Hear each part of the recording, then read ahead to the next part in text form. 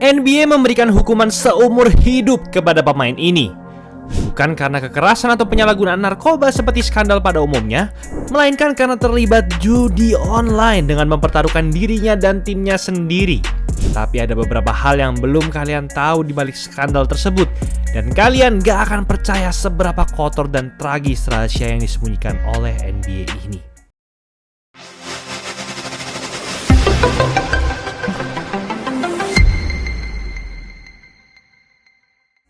Pada 17 April 2024, NBA secara resmi memban Jontay Porter selamanya karena telah melanggar aturan perjudian. Berdasarkan investigasi yang dilakukan NBA, Jontay yang merupakan pemain Toronto Raptors dengan kontrak 2 arah memberikan informasi mengenai kesehatannya kepada rekannya sebelum bertanding melawan Sacramento Kings pada 20 Maret 2024. Sehingga rekannya itu akhirnya memasang taruhan sebesar $80.000 atau sekitar 1,3 miliar rupiah sekarang, bahwa Jontay akan bermain buruk di lapangan.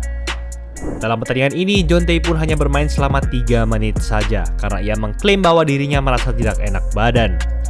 Dalam 3 menit itu, Jontay tidak mengumpulkan catatan statistik apapun selain 2 rebound saja.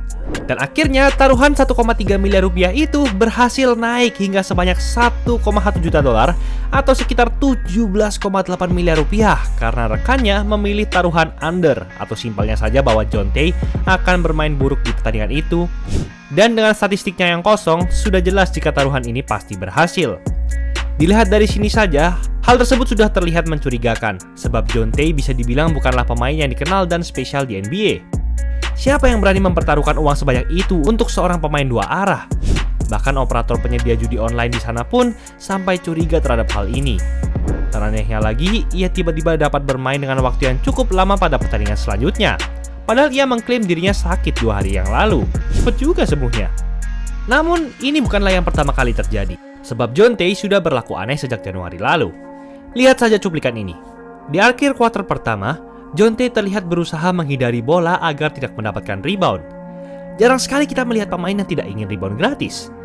Tak berhenti sampai situ saja, beberapa saat kemudian Jontay langsung memberitahu pelatihnya kalau matanya sakit. Padahal selama bertanding tidak ada kontak fisik dengan matanya dan juga tidak ada indikasi kalau ia mengalami cedera mata sebelum pertandingan dimulai. Parahnya lagi, Jontay juga sempat memasang taruhan bahwa timnya bakal kalah. Keterlaluan sekali. Performa Raptors memang buruk sepanjang musim, namun bisa-bisanya ada seseorang yang berani melakukan itu terhadap timnya sendiri. Rekan-rekan timnya terus berevaluasi untuk bermain lebih baik setelah kekalahan. Si Jontay malah senang pulang-pulang bawa duit. Yang menjadi pertanyaan adalah, kenapa ia berani melakukan ini semua? Dan kenapa NBA sangat tegas padanya dengan memberikan hukuman seumur hidup? Apakah kalian sempat terpikir kalau NBA seolah-olah ingin menutupi sesuatu dengan tindakan ini? Pertama-tama mari kita lihat dari kehidupan dan masa lalu Jontay. Jontay merupakan adik dari Michael Porter Jr., pemain bintang unggulan Denver Nuggets. Sejak kecil, Jontay selalu hidup di bayang-bayang Michael. Bagaimana tidak, saat SMA, Michael sudah menjadi salah satu pencetak skor terhebat serta pemain paling atletis di seluruh Amerika Serikat. Bahkan ia berada di peringkat 2 dalam daftar pemain SMA terhebat yang katanya versi ESPN. Jontay sebenarnya juga merupakan pemain yang hebat. Ia merupakan seorang forward maupun center dengan gaya permainan modern. Namun karena itu juga, ia hanya sekedar menjadi pelengkap Michael saja di lapangan. Nasib yang mereka alami juga hampir sama. Keduanya sama-sama memutuskan untuk bermain di University of Missouri. Namun karir perkuliahan mereka dihantui cedera dan semuanya sama-sama parah. Michael menderita cedera punggung sampai harus dioperasi 3 kali. Sedangkan Jontay menderita cedera ACL dan MCL di saat yang bersamaan. Beberapa bulan kemudian, Jontay kembali mencederai ACL-nya, sehingga ia harus menjalani operasi besar sampai 2 kali sebelum masuk NBA. Sangat mengenaskan.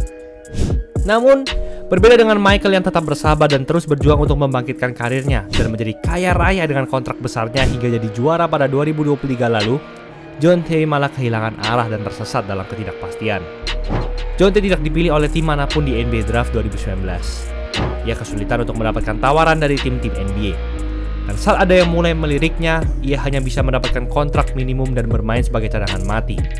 Setelah itu, siklus karir Jontay di NBA pun selalu sama, yaitu mendapatkan kontrak kecil atau 2 arah, jadi cadangan mati, lalu gak lama kemudian kontraknya diputus. Dengan kondisinya yang selalu cedera dan sulit mendapatkan pekerjaan di NBA, Jontay mulai belajar dan tertarik dengan investasi kripto untuk meningkatkan ekonominya. Ia bahkan sempat membagikan tips-tips mengenai kripto di media sosial serta membangun komunitas trading beberapa tahun lalu. Disinilah awal dari meningkatnya minat Jonte terhadap dunia trading dan taruhan. Namun, yang disayangkan adalah minatnya ini telah berubah menjadi sebuah kecanduan yang buruk, bahkan sampai merenggut karirnya di usia yang masih muda. Sejak bergabung dengan Raptors pada Desember lalu, Jonte terlihat sangat solid sebagai pemain cadangan dan ia memiliki kesempatan besar untuk bertahan di NBA untuk waktu yang cukup lama. Jonte selalu memilih keputusan yang benar di lapangan. Bulan demi bulan, ia diberikan waktu bermain yang makin lama dan konsisten.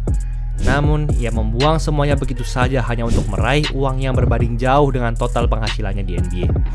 Jika melihat dari luar, tentu kita akan menganggap kalau tindakan Jonte ini adalah murni kebodohan. Namun, sebenarnya ia hanyalah korban dari keputusan ironis dan kontroversial NBA beberapa tahun lalu. Pada 2012 lalu, NBA bersama liga besar Amerika lain berjuang mati-matian untuk mengutuk dan melarang perjudian olahraga.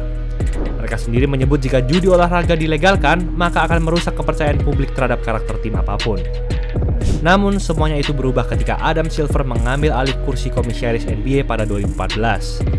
Hingga saat ini, Silver selalu melakukan segala cara untuk membuat NBA semakin bernilai. Mulai dari menggunakan teknologi-teknologi terbaru hingga memperbanyak sponsor, NBA menjadi semakin kuat di sisi bisnis. Dan ada pula satu kebijakan krusial yang diambil Silver, yaitu melegalkan perjudian olahraga. Silver bahkan sampai menulis artikel tentang ini di New York Times, salah satu media terbesar di Amerika. Dengan tulisannya, Silver berpendapat bahwa judi olahraga sudah terkenal di luar Amerika. Silver ingin menggunakan pendekatan lain untuk menjaga integritas tim dan pertandingan, yaitu dengan membawa judi olahraga yang sebelumnya ilegal itu keluar dari kegelapan. Sebenarnya Silver memberikan opini dan argumen yang cukup kuat. Jika dilegalkan, maka judi olahraga dapat diperiksa secara berkala oleh pihak-pihak yang berwenang, sehingga pertaruhan ilegal dengan jumlah uang yang besar tidak berkeliaran lagi di bawah tanah, terutama bagi mereka yang ingin memanipulasi hasil akhir suatu pertandingan. Beberapa hari sebelum Silver menulis artikel itu, ia bahkan sudah menyetujui kontrak kerjasama dengan FanDuel, salah satu operator judi online. Namun, dalam setiap pilihan akan selalu ada resiko. Skandal Jonte ini bisa dianggap sebagai mimpi terburuk NBA setelah melegalkan judi olahraga.